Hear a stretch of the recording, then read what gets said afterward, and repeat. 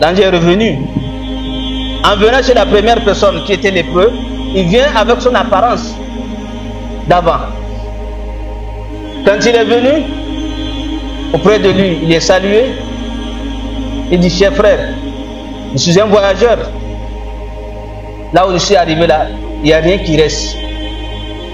Je voulais, au nom du Seigneur qui t'a accordé cette bien, que tu as eu des chameaux, des troupeaux de chameaux, de me donner de quoi compléter mon voyage.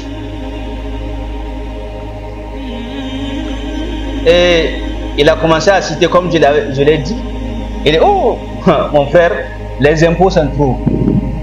Il paie les impôts, il y a telle chose. Il a commencé à citer, comme nous le faisons, d'une manière que, là j'ai dit, ok, n'es-tu pas lépreux que Dieu t'a rendu comme ça? Il dit, ah, oui, mais cela, c'est un héritage de nos ancêtres. Vous voyez, il est devenu ingrat. Et l'ange lui a dit que si ce que tu viens de dire, si tu as menti, que Dieu te ramène comment tu étais avant. Mon ami, c'est des choses qui jouent direct. Et il est parti.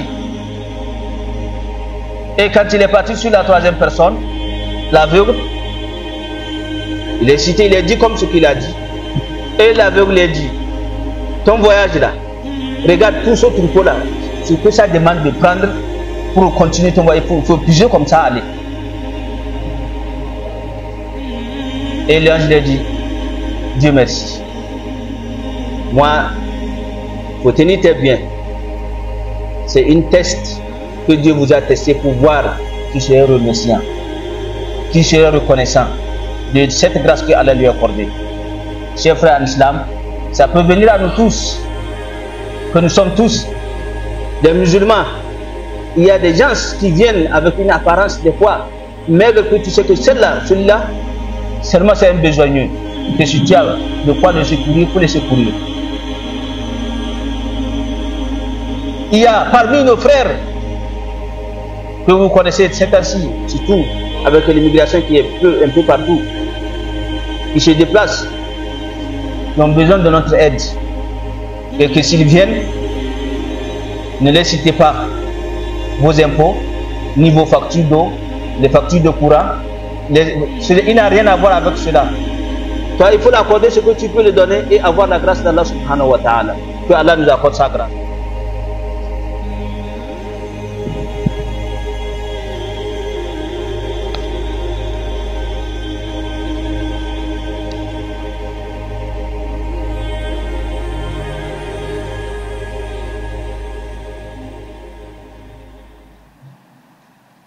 Alhamdulillah ala tawali ni'am wa ashhadu an la ilaha illallah wahdahu la sharika lah wa ashhadu anna Muhammadan abduhu wa rasuluh sallallahu alayhi wa ala alihi wa ashabihi wa man tabi'a nahjahum ila yawmiddin. Amma ba'd.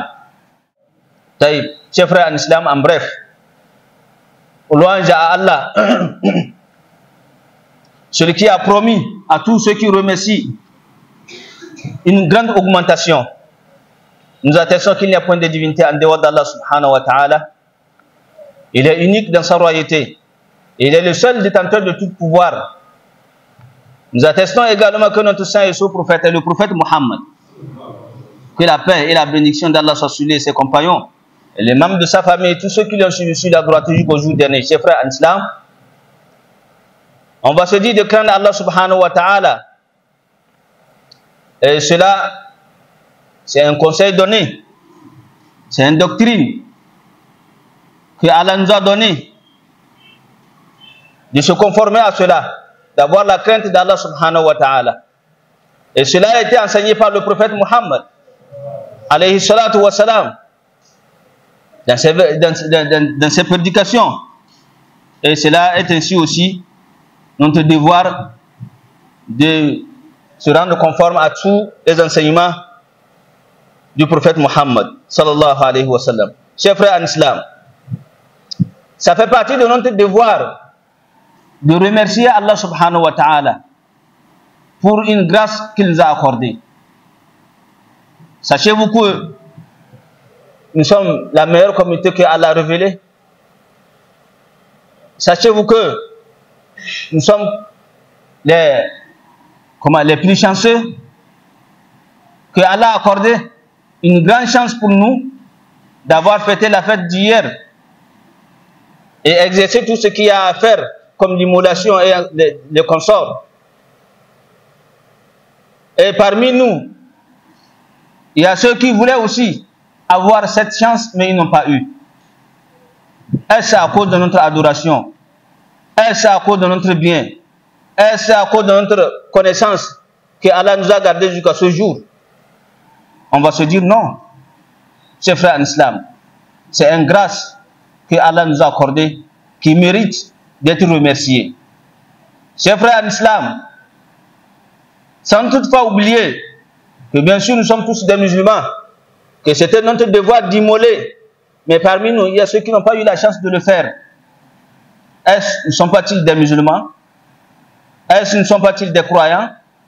Donc nous qui avons eu la chance de le faire, quel est notre devoir? De remercier Allah de plus que cette grâce qu'il nous a accordée. Parce qu'il y a une grande récompense qui est là-dessus. Qu'ils ont voulu aussi s'associer dans cette récompense. Mais Allah ne nous a pas accordé cela. Donc, vous que Allah les a accordés, donc soyez reconnaissants auprès d'Allah subhanahu wa ta'ala. Et cette reconnaissance joue un grand rôle aussi dans la religion. Ça fait partie de ces genres de remerciements, chers frères en islam, que on devait être conforme à l'enseignement. Qui veut dire, chers frères en islam, le remerciement d'Allah subhanahu wa ta'ala ne s'agit pas de dire dans la bouche seulement alhamdulillah. Et bien sûr que cela a demandé que tout ce qui devait sortir dans nos bouches, que ce soit le mot alhamdulillah, le remerciement. Et ça fait partie aussi de ce qui va provenir de notre cœur, l'augmentation de la foi. En remerciant Allah pour fortifier notre foi. Et regardez tout ce que nous sommes en train de citer. Ce n'était pas permis à tout le monde d'avoir de quoi immoler, mais ils n'ont pas eu. Qu'est-ce qu'il faut faire, chers frères en islam, si tu as eu la chance de le faire? De remercier Allah subhanahu wa ta'ala et fortifier ta foi. Et ça fait partie aussi de remercier Allah par nos organes. C'est ça qu'on appelle l'obéissance. Au même moment qu'on annonce l'appel, que tu te rends direct dans les mosquées pour accomplir ta prière. Et tout ce qui a été enseigné, que tu le fasses à ta manière. Tout ce qui a été interdit, que tu fais de toute possibilité, ta possibilité pour t'interdire, chers frères en islam. Parce que Allah, par sa grâce, a dit que quand il a créé sa créature, les gens, il les a mis dans les deux groupes. Parmi eux, il y a ceux qui remercient Allah subhanahu wa ta'ala. Il y a parmi eux ceux qui ne remercient pas. Que nous souhaitons Allah subhanahu wa ta'ala qu'il nous fasse parmi ceux qui remercient Allah subhanahu wa ta'ala. Chers frères en islam, Allah en a dit, et il a promis à tous ceux qui remercient Allah subhanahu wa ta'ala d'une augmentation. Chers frères en islam, et cela se voit à chaque moment que tu es en bonne santé, tu trouves de quoi manger, survivre, ta famille est en bonne santé. Il faut remercier Allah subhanahu wa ta'ala. Cet remerciement te garantit beaucoup de choses. Le fait qu'on dit que si tu remercies, Allah va t'augmenter. Il y a bon nombre qui se disent, chez nous, notre choix, l'augmentation c'est quoi? C'est les biens matériels. C'est le choix en remerciant Allah. Mais en toutefois, oubliez que ta santé est plus meilleure que ce que tu es en train de voir. Il y a ceux qui en possèdent des millions, des milliards. Mais est-ce qu'ils sont bien portants comme toi? Est-ce qu'ils arrivent à se satisfaire eux-mêmes? Non. Mais si tu trouves ce cas envers toi, c'est une grande chance, c'est une énorme chance que Allah, grâce que Allah t'a accordé, qui mérite un remerciement auprès d'Allah subhanahu wa ta'ala. Et cela fait partie aussi des caractères des prophètes. Et ça fait partie du caractère de notre prophète Mohammed, alayhi salatu wa salam. Et cela fait partie aussi des caractères des gens pieux. Chers frères en islam, sans toutefois oublier, tout le monde veut être un homme clair et digne auprès d'Allah subhanahu wa ta'ala. Soyons reconnaissants de ce que Allah nous a accordé comme grâce et soyons aussi ceux qui remercient Allah subhanahu wa ta'ala. Parce que Allah nous dit ceci, que tout ce qu'il nous accorde comme grâce, peu d'entre nous qui remercient Allah. Peu. Et cela se fait voir par les caractères, par les mots qui sortent dans nos bouches. Chaque temps, tu vas au marché, tu reviens. Eh, frère, comment est le marché? Oh, c'est ainsi là, ça chauffe, hein? C'est ainsi là, ça ne va pas. Il suffit seulement de tendre la main vers un frère qui vient du marché en disant que j'ai un souci, il faut m'aider avec quelque chose. Il va te citer tout ce qu'il a vu dans le monde. Hein? Et cela n'est pas demandé, chers frères en islam. Prenons l'exemple. Ce que Allah les a testés, les 3 personnes que vous lisez chaque temps dans les hadiths. Dans un hadith rapporté par Abu Huraira, qui a dit qu'il y avait 3 personnes que Allah les a testées. 3 personnes, min Bani Israël. La première personne, c'était un lépreux. Et la deuxième, c'est un chauve, hein, et un teigneux comme ça. Et la troisième personne, c'est un aveugle. Allah voulait les tester. Il a envoyé un ange avec l'appareil d'un humain. Hein? L'ange vient avec une apparence humaine. Qui est venu, premièrement, chez qui? Il est venu chez le lépreux. En lui demandant, qu'est-ce que tu veux que Allah t'accorde dans ta vie? Il a dit, oh, un beau teint, et qui me soigne, tous les organes soient conformes, comme les autres. Et il dit, l'ange a passé sur lui, et voici, il est guéri, il a eu un beau teint, comme les autres. Comme tu veux, qu'est-ce que tu veux comme du bien? Il dit bien les chameaux. Il dit, je vais implorer Allah que Allah te l'accorde. Il a imploré Allah, Allah lui a accordé. Avec un chameau, il a eu un troupeau de chameaux. Il est parti chez la deuxième personne, qui est le teigneux, qui lui demande aussi à son tour, qu'est-ce que tu veux que Allah t'accorde? Il dit, un beau chevelure, comme vous le savez. Hein? Et il a passé sa main sur lui, et que Allah lui a guéri. Il a eu des bonnes chevelures, et quand tu veux comme des biens, il dit les bovins, les bœufs. Il a donné un bœuf qui a engendré aussi un troupeau. Et en dernière position, il est parti chez l'aveugle. Il lui a demandé, et l'aveugle a dit que lui veut que Dieu lui rende ses yeux. Il a invoqué, Dieu lui a rendu les yeux. Qu'est-ce que tu veux que Allah t'accorde comme du bien? Il dit les ovins, les moutons. 2 moutons, ça a engendré un troupeau. Chers frères en islam, avec le temps, par la grâce d'Allah subhanahu wa ta'ala, il a envoyé l'ange de retourner voir. Est-ce qu'ils seront reconnaissants de cette grâce que Allah les a accordée? L'ange est revenu. En venant chez la première personne qui était lépreux, il vient avec son apparence d'avant. Quand il est venu, auprès de lui, il est salué. Il dit, cher frère, je suis un voyageur. Là où je suis arrivé, là, il n'y a rien qui reste. Je voulais, au nom du Seigneur qui t'a accordé cette bien, que tu as eu des chameaux, des troupeaux de chameaux, de me donner de quoi compléter mon voyage. Et il a commencé à citer, comme je l'ai dit, il dit, oh, mon frère, les impôts sont trop. Je paie les impôts, il y a telle chose. Il a commencé à citer, comme nous le faisons, d'une manière que, là j'ai dit, ok, n'es-tu pas lépreux que Dieu t'a rendu comme ça? Il dit, ah, oui, mais cela, c'est un héritage de nos ancêtres. Vous voyez, il est devenu ingrat. Et l'ange lui a dit que si ce que tu viens de dire, si tu as menti, que Dieu te ramène comme tu étais avant. Mon ami, c'est des choses qui jouent direct. Et il est parti. Sur la deuxième personne qui était le teigneux, il a demandé aussi de la sorte. Voici, je suis un voyageur qui demande à accomplir mon voyage. Il faut m'accorder de quoi accomplir. Au nom du Seigneur qui t'a accordé cette grâce. Et lui aussi, il a commencé à citer comme l'autre aussi a cité. Les impôts qui est impayés, il y a il y a quoi qu'il devait payer. Il a cité aussi comme ça.